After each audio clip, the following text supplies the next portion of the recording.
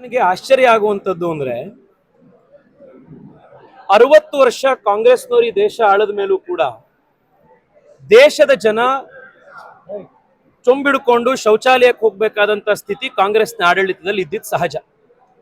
ದೇಶದ ಕೈಗೆ ಅನಿವಾರ್ಯತೆಯಿಂದ ಚೊಂಬನ್ನು ಕೊಟ್ಟಿದ್ರು ಕಾಂಗ್ರೆಸ್ನವರು. ಆದ್ರೆ ಕಳೆದ 10 ವರ್ಷದಲ್ಲಿ ನರೇಂದ್ರ ಮೋದಿ ಅವರು ದೇಶದಲ್ಲಿ 12 ಕೋಟಿ ಶೌಚಾಲಯಗಳನ್ನ ನಿರ್ಮಾಣ ಮಾಡಾದ ಮೇಲೂ ಕೂಡ ಇವತ್ತು ಕಾಂಗ್ರೆಸ್ನವ್ರು ಯಾಕೆ ಚೊಂಬಿಡ್ಕೊಂಡು ಓಡಾಡ್ತಾ ಇದ್ದಾರೆ ಅನ್ನುವಂಥದ್ದು ನಮ್ಮೆಲ್ರಿಗೂ ಬಹಳ ಪ್ರಶ್ನೆ ಮೂಡಿರುವಂಥದ್ದು. ಇನ್ನು ಕಾಂಗ್ರೆಸ್ ರಾಜ್ಯದಲ್ಲಿ ಆಡಳಿತಕ್ಕೆ ಬಂದ ಮೇಲೆ ಯಾರ್ಯಾರ ಕೈಗೆ ಚೊಂಬು ಕೊಟ್ಟಿದ್ದಾರೆ ಅಂತ ನಾನೊಂದು ಸಣ್ಣ ಪಟ್ಟಿ ಕೊಡ್ತೀನಿ. ರಾಜ್ಯದಲ್ಲಿ ಕಾಂಗ್ರೆಸ್ ಅಧಿಕಾರಕ್ಕೆ ಬಂದ ಮೇಲೆ ನೀರಾವರಿ ಬಜೆಟ್ 17% ಕಡಿಮೆ ಆಯ್ತು. ಕೃಷಿ ಬಜೆಟ್ 32% ಕಡಿಮೆ ಆಯ್ತು. ಅಂದ್ರೆ ರೈತರ ಕೈಗೆ ಕಾಂಗ್ರೆಸ್ ಚೊಂಬು ಕೊಡ್ತು. ರಾಜ್ಯದ ಎಜುಕೇಶನ್ ಬಜೆಟ್ ನಲ್ಲಿ 12% ಕಡಿಮೆ ಆಯ್ತು.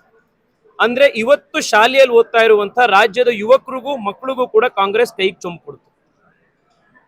ಮಾನ್ಯ ಮುಖ್ಯಮಂತ್ರಿಗಳು ಸಿದ್ದರಾಮಯ್ಯನವರು ಅಧಿಕಾರಕ್ಕೆ ಬಂದ ಮೇಲೆ ಕರ್ನಾಟಕದ ಕ್ಯಾಪಿಟಲ್ ಎಕ್ಸ್ಪೆಂಡಿಚರ್ 24% ಇಂದ 15% ಇಳಿಸಿದ್ರು. ಅಂದ್ರೆ ಕರ್ನಾಟಕದ ಮುಂದಿನ ನಿರ್ಮಾಣಕ್ಕೂ ಕೂಡ ಕಾಂಗ್ರೆಸ್ ಪಾರ್ಟಿ ಚೊಂಬು ಕೊಡ್ತು.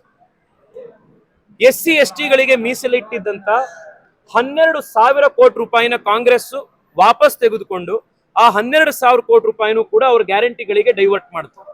25,000 ಕೋಟಿ ರೂಪಾಯಿ. ಅಂದ್ರೆ ಕಾಂಗ್ರೆಸ್ ಅಧಿಕಾರಕ್ಕೆ ಬಂದ ಮೇಲೆ ರಾಜ್ಯದ SC ST ಗಳಿಗೂ ಕೂಡ ಕೈಗೆ ಚೊಂಬು ಕೊಡ್ತು. ಇದು ಕಾಂಗ್ರೆಸ್ ಸರ್ಕಾರದ ಸಾಧನೆ. ಸೊ ಇದನ್ನ ರಾಜ್ಯದ ಜನರ ಪರವಾಗಿ ಯಾರ್ಯಾರಿಗೆ ಚೊಂಬು ಕೊಟ್ಟಿದ್ದೀರಿ ಅನ್ನೋದನ್ನ ಪ್ರಶ್ನೆ ನಾವು ಕಾಂಗ್ರೆಸ್ಸಿಗೆ ಕೇಳಬೇಕಾಗಿದೆ.